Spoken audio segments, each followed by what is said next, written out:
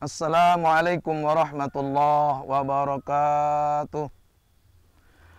Alhamdulillahi wa kafa. Wassalatu wassalamu ala sayyidil mustafa wa ala alihi wa ashabihi ahli sidqi wal fafa. Amma ba'du, faqad qala Allah Ta'ala fil Qur'anil Karim wa huwa asdaqul qailin.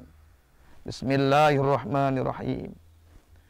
Innal insana khuliqa halu'a wa idza massahu syarru jazu'a wa idza massahu khairu manu'a illal musallin alladzina hum ala salatihim daimun alladzina hum ala salatihim daimun.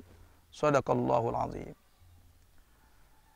Saudaraku, kaum muslimin dan muslimat, serta para pemirsa yang dimuliakan Allah Subhanahu wa Ta'ala. Mari sama-sama kita panjatkan puja-puji syukur kepada Allah Subhanahu wa Ta'ala. Dan mari pula kita berselawat dan bersalam kepada baginda Nabi kita Muhammad sallallahu alaihi wasallam. Para pemirsa dan saudaraku kaum muslimin dan muslimat yang dirahmati Allah Subhanahu wa Ta'ala. Kita sebagai manusia yang Allah ciptakan secara umum mempunyai kepribadian yang Allah sendiri jelaskan dalam Al-Quran. Dalam surah Al-Ma'arij ayat 19 sampai 23. Bismillahirrahmanirrahim. Innal insana khuliqa halu'a. Sungguh manusia itu diciptakan dalam keadaan yang selalu mengeluh. Wa idza massahu syarru jazu'a. Dan manakala atau apabila manusia tertimpa keburukan, mereka keluh kesah. Wa idza massahu khairu manu'a. Dan apabila menimpanya kebaikan atau apabila mereka mendapat kebaikan, keberuntungan, manu'a, mereka enggan membantu, mereka enggan menolong. Illal musallin alladzina hum ala sholawatihim daimun. Illal musallin alladzina hum ala sholawatihim daimun. Orang yang tidak pernah mengeluh, manusia yang apabila mendapat keburukan tidak pernah keluh kesah, dan begitu pula manakala mendapatkan kebaikan, keberuntungan, dia tidak pernah enggan membantu dan menolong. Hanya orang-orang yang sholatnya, hanya orang-orang yang sholatnya itu yang rutin. Orang-orang yang melaksanakan sholatnya dalam keadaan khusyuk, dalam keadaan tunduk, semata-mata karena Allah Subhanahu wa Ta'ala.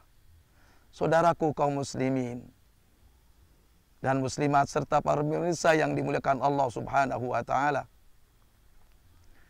Itulah kepribadian manusia, asal kepribadian manusia.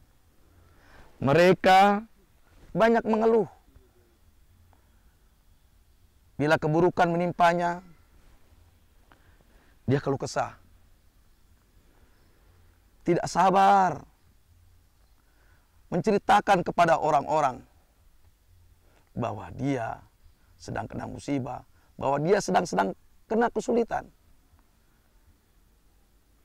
Dia cerita ke sana kemari. Dan mereka pun tidak sabar terhadap apa yang Allah berikan kepadanya yang berbentuk keburukan.